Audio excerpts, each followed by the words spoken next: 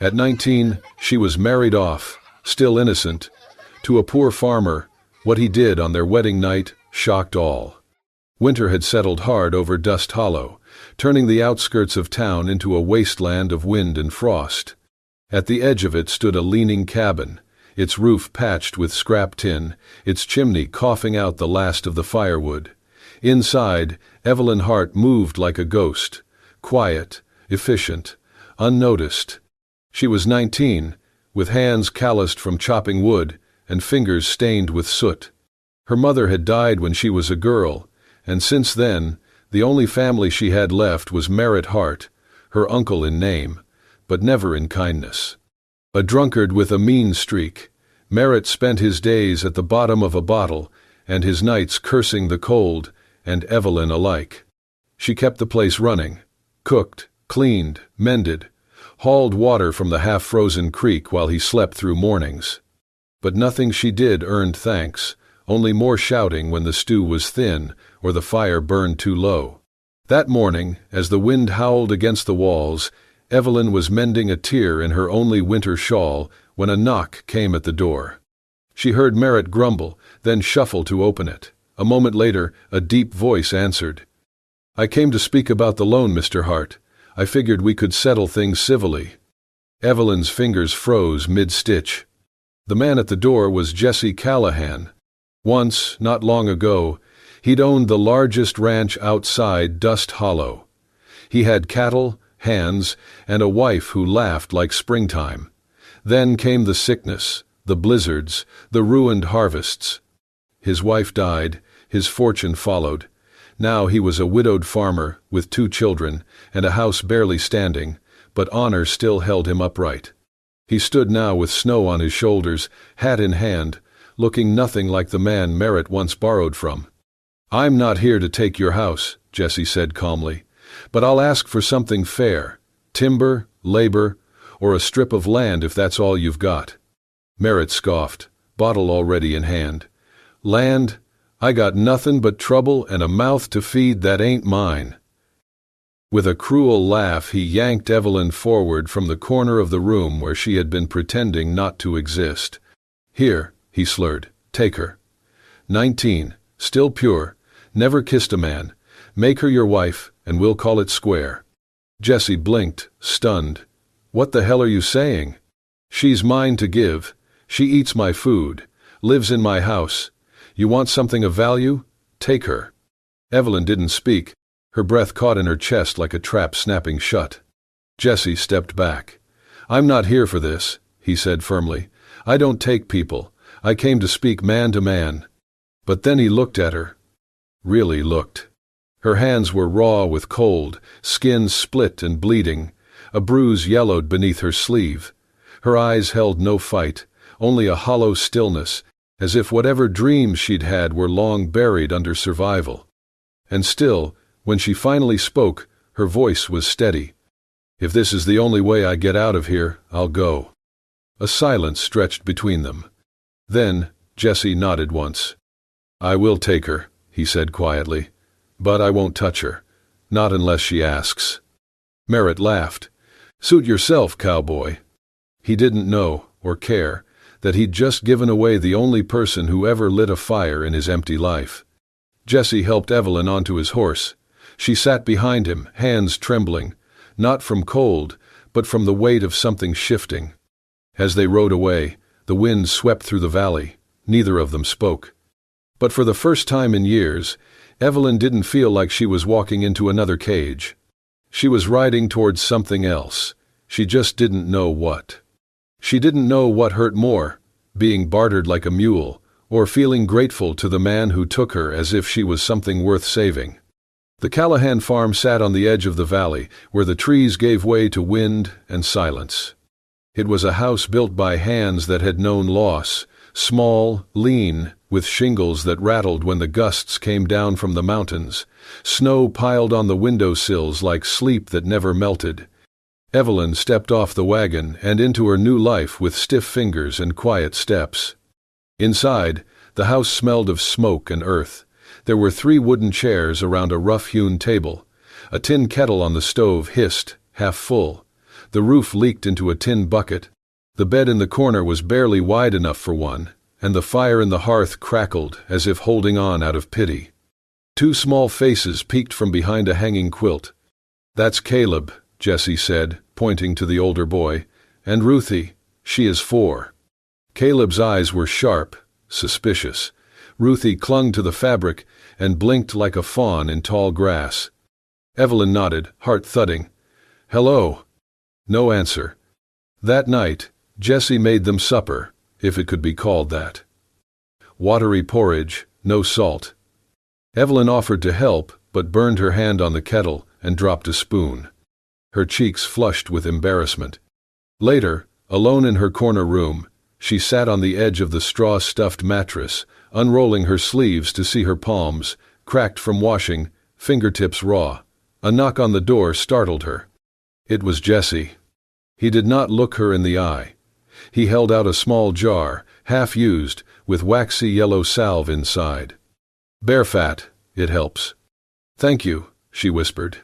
He left without another word. In the mornings, Evelyn rose before dawn. She tried to wash vegetables in the water bucket, only to find the top layer frozen. Her hands bled from scrubbing. The broom splintered. She oversalted the stew. Ruthie cried at the table, wanting her mother. Caleb crossed his arms, eyes full of silent judgment. One afternoon, Jessie handed her a hatchet. "I will show you how to split kindling. You will not last long here without knowing." Evelyn looked at her blistered palms. "I suppose soft hands do not belong out here." "They belong," he said, "but they do not last." So she learned, slowly, stubbornly. They boiled wild mint for tea. Jessie showed her how to use 2 fingers and a thumb to start a fire faster. He taught her the rhythm of the axe, the trick to catching falling snow in a tin cup for cleaner water. She tried to joke, one evening, after Ruthie had fallen asleep with her thumb in her mouth. "I thought I was marrying a man. Turns out, I got 2 grumpy children with it." Jessie smirked. "You got the better end of the deal. Children do not talk back as much." Caleb, from the corner, muttered, "I heard that." Then came the night she burned the cornbread. It had started as a simple supper. Evelyn wanted to surprise them. She found cornmeal, lard, and a pinch of dried sage in the cupboard. She stirred, poured, baked, but the fire was too hot. The bread blackened within minutes. When she opened the oven door, smoke gushed out like a beast. It filled the cabin, making Jessie drop his cup, and Ruthie burst into tears. "Open the window," Jessie shouted, coughing. Evelyn flung it open, gasping, fanning the air with her apron. Caleb ran for the door and flung it wide. "We are gonna die from poisoned bread," he yelled. That did it. Evelyn dropped to her knees and laughed, loud, sharp, free. The kind of laugh that caught in her chest and shook, loose something heavy. Tears came with it, hot and sudden.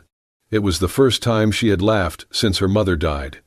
Jessie watched her, a hint of warmth behind his tired eyes. "Next time," he said, helping her to her feet, "just warn us before you try to kill us with dinner." Evelyn sniffed, still grinning. "Deal." The days grew colder, but the house began to warm in quiet ways. Evelyn discovered the recipe by accident. She was searching through the back cupboard for cornmeal when she found a folded scrap of parchment behind a rusted tin.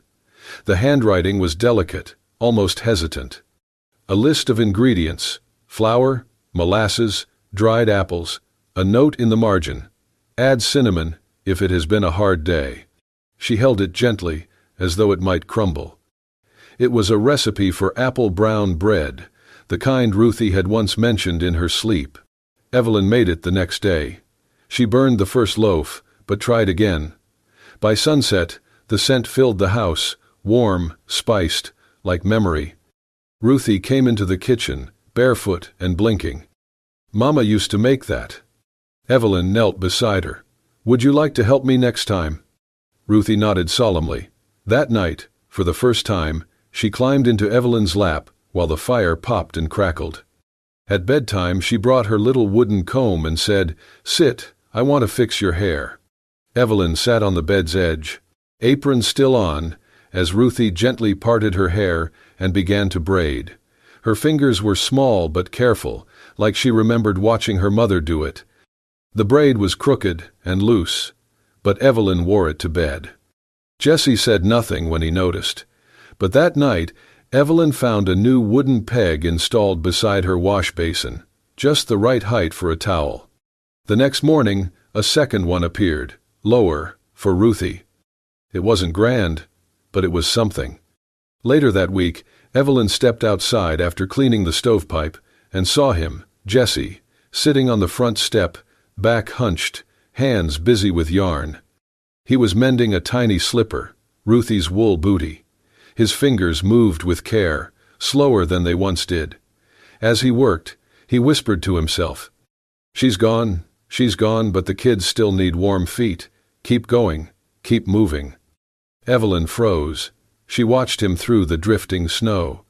He looked older in that moment, smaller somehow. Not the man who had stood so solid in the saloon weeks ago, but someone trying not to fall apart. She didn't speak, just turned back inside. That night, after the children had gone to bed, she placed a tin mug of warm milk on the step beside him. Beside it, a torn scrap of paper. 4 words, written in neat slanted script. "You are not alone." He didn't reply. But when she woke the next morning, the mug was washed, dried, and sitting on her shelf. Little things kept changing. Caleb began speaking to her, short phrases, mostly about chores, but no longer with that wall in his voice. He let her help feed the chickens. Once, when she spilled a pail of water, he rolled his eyes and handed her a rag without a word. Progress. Then, one quiet evening, she returned from collecting firewood to find something on her pillow. A smooth green stone, the kind found only by the creek, where the sun hit the water just right.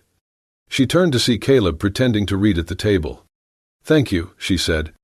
He didn't look up. "It's just a rock." But she kept it. Every night, Jesse still kept to himself. He slept on a cot near the hearth. His door never opened past the crack, needed to nod good night. He never touched her, never crossed the line they both had drawn. And yet, somehow, each day folded them closer. In the way he poured her tea without asking, in the way she mended the fraying collar of his shirt without a word. They never spoke of affection, but they were building something, not with declarations, but with small acts and silence. It was the kind of love that crept in through cracks, like firelight through a cabin wall. The first real snowstorm of the season rolled down the valley like a pale curtain. It muted the world outside the cabin, turning fields and fences into one unbroken sheet of white. Inside, Evelyn stirred a pot of stew while the children played with scraps of yarn. Jesse had gone into town at dawn to trade eggs for salt and nails. By evening, the storm had thickened.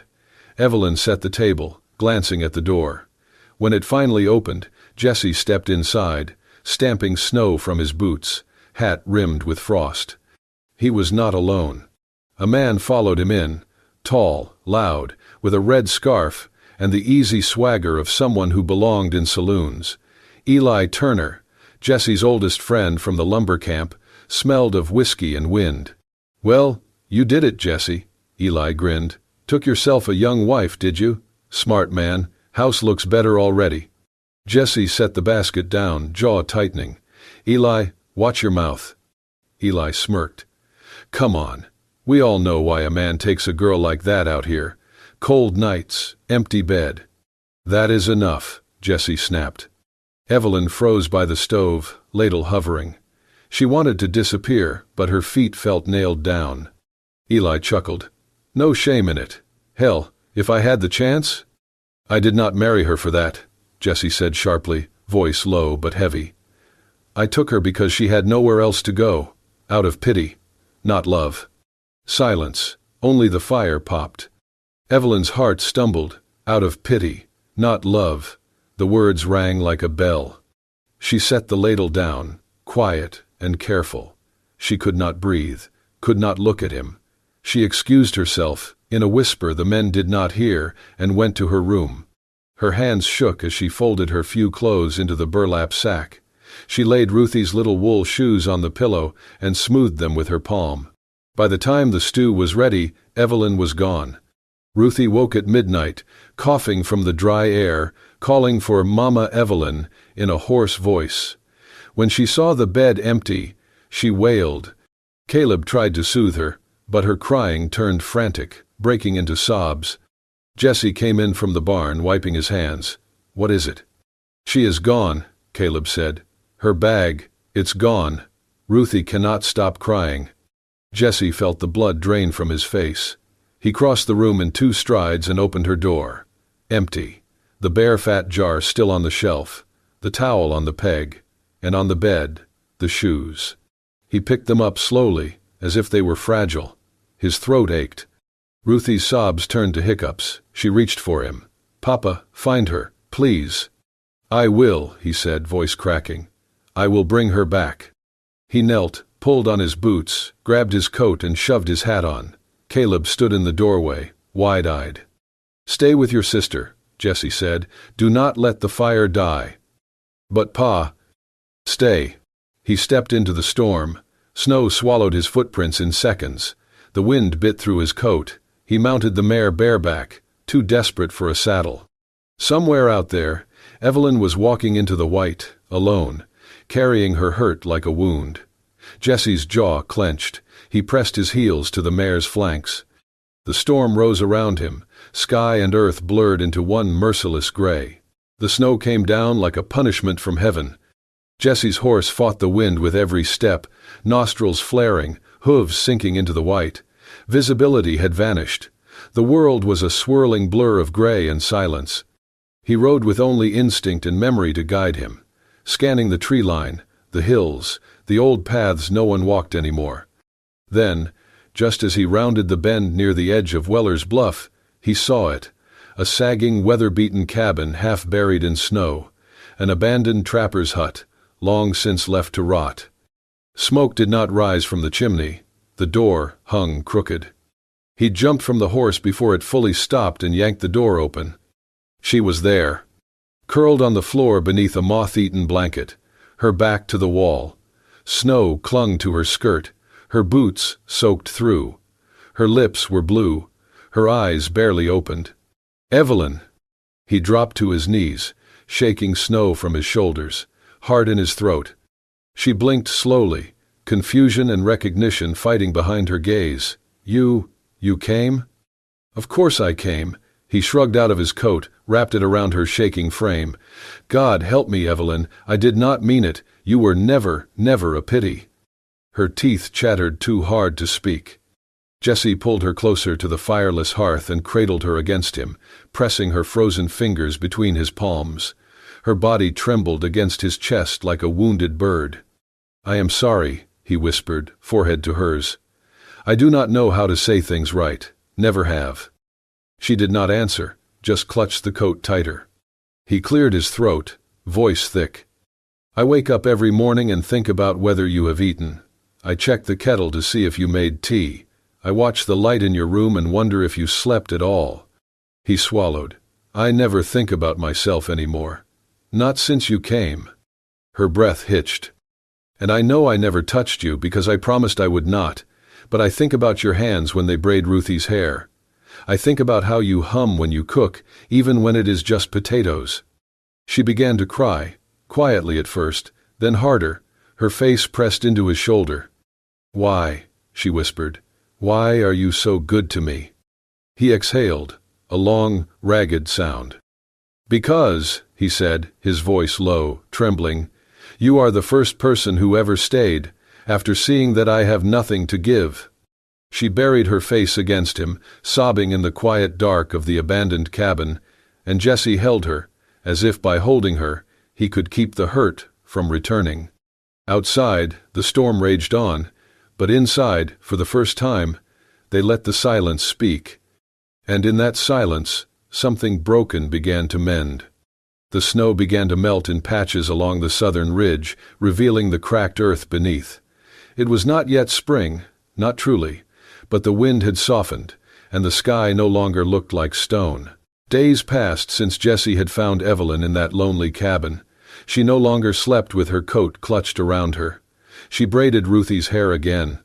Caleb sat beside her at breakfast, pretending not to smile when she passed him the honey. Still, something lingered between her and Jessie, something fragile, waiting for the right moment to bloom. One morning, just after dawn, Jessie saddled the mare without saying why. Evelyn, still tying her apron, looked at him curiously. "Come with me," he said, "just for a little ride." She hesitated. "The stew." "We'll wait." So she climbed up behind him, arms hesitantly around his waist, the smell of leather and pine in her nose. They rode in silence, up through the thinning trees, to a narrow clearing halfway up Beartooth Ridge. The air there was cooler, thinner. The ground sloped gently toward a patch of flat soil ringed by stones. Evelyn's breath caught. Lavender. Dozens of small, struggling stalks, still green despite the frost. Some bent sideways, some rising proud. The scent was faint, but it was there, fresh, earthy, unexpected in this wild place. Jessie dismounted and offered his hand. She took it and stepped into the clearing, boots crunching on frozen needles. "I planted them after she died," he said softly, gazing at the rose. "From the seeds she left in a drawer, said she always meant to start a garden." Evelyn knelt beside one of the plants, fingertips brushing the soft gray-green leaves. "You kept them alive all this time?" "I try," he said. "Some years they make it, some they don't." She looked up at him. "You never told me about this." "Some things are easier to show." Jessie reached into his coat pocket and pulled out a small, folded square of fabric. It was worn at the edges, faded from sun and time, but the embroidery was still clear, a single pink rose, stitched with care. "This was the first gift my mother ever gave to my wife," he said. "She was not easy to please, my mother, but she liked that girl from the moment they met." He held it out to Evelyn. "She would have liked you, too." Evelyn blinked hard. I cannot take this. It belonged to her." He shook his head. "No, it belonged to Hope. I have not felt that in a long time." She took the handkerchief with trembling hands, cradling it like something sacred. "I am not trying to replace her," she whispered. Jessie looked at her then, fully, eyes steady and warm. "I do not want her replaced. What I want is to feel alive again." He stepped closer, his voice low, careful. "You do not fill her space. You carved a new one, and I am grateful for both." Evelyn felt tears rise, but they did not fall. Not this time. She reached for his hand, rough and calloused, warm in hers. "I used to be afraid of the night," she murmured, "the silence, the cold, the dark." Jessie's brow furrowed gently. "And now?" She looked around, at the lavender, the sky, the man before her. "Now I have a fire," she said softly. "Here, with you." And in the hush of that high mountain clearing, where flowers dared to grow despite the cold, something rooted itself between them, not a promise, not yet, but the first true leaf of love. It was a clear morning after a storm. The snow had mostly melted, and the earth beneath was soft and slick with thaw. Evelyn had just finished mending Ruthie's mittens when she noticed Caleb was missing. "Where's your brother?" she asked. Ruthie shrugged. "He said he was going to find the perfect stick." "For what?" "To make a bow, a real one, not the baby kind." Evelyn's stomach tightened. She stepped outside, scanning the woods beyond the barn. The sky was pale blue, the air still, too still. She called his name once, twice. No answer. Her boots sank into wet mud as she ran toward the grove behind the field. That was where Caleb always went hunting for treasures, old nails, bones, good branches. Then she heard it. "Help!" A faint cry, muffled. Her heart stuttered. She sprinted toward the sound, nearly slipping in the slush. When she reached the old well behind the oak tree, her breath stopped. Caleb's voice echoed up from the bottom. "Ma, I fell. I can't. My leg hurts." "Hold on! I'm here!" she shouted, heart pounding. She dropped to her knees and peered down into the well. It was shallow, maybe 15 feet, but the walls were jagged and damp. Caleb was huddled at the bottom, his face streaked with dirt and tears, one ankle twisted at an odd angle. Jesse came running a moment later, eyes wide, his breath sharp. What happened? He's down there. He was trying to find wood for a bow, Evelyn gasped. We need a rope. Jesse was already moving, grabbing a coil of it from the side of the barn. He tied it to the nearest tree, tested the strength, and without another word, he slid down into the well. The descent was rough, scraping his palms and boots against the stone. Evelyn leaned over the edge, voice shaking. Are you down? I'm here, Jesse called from below.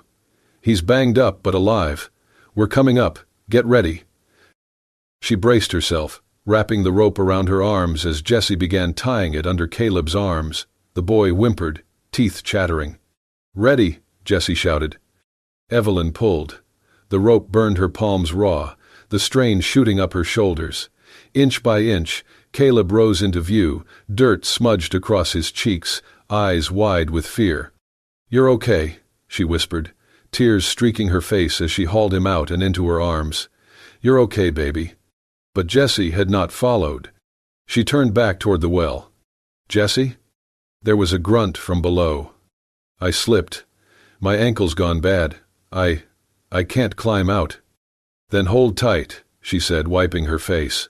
I'll pull you up too. Evelyn, no, your arms. Don't argue with me, she snapped. She looped the rope again, this time lower, braced her feet, and began to pull.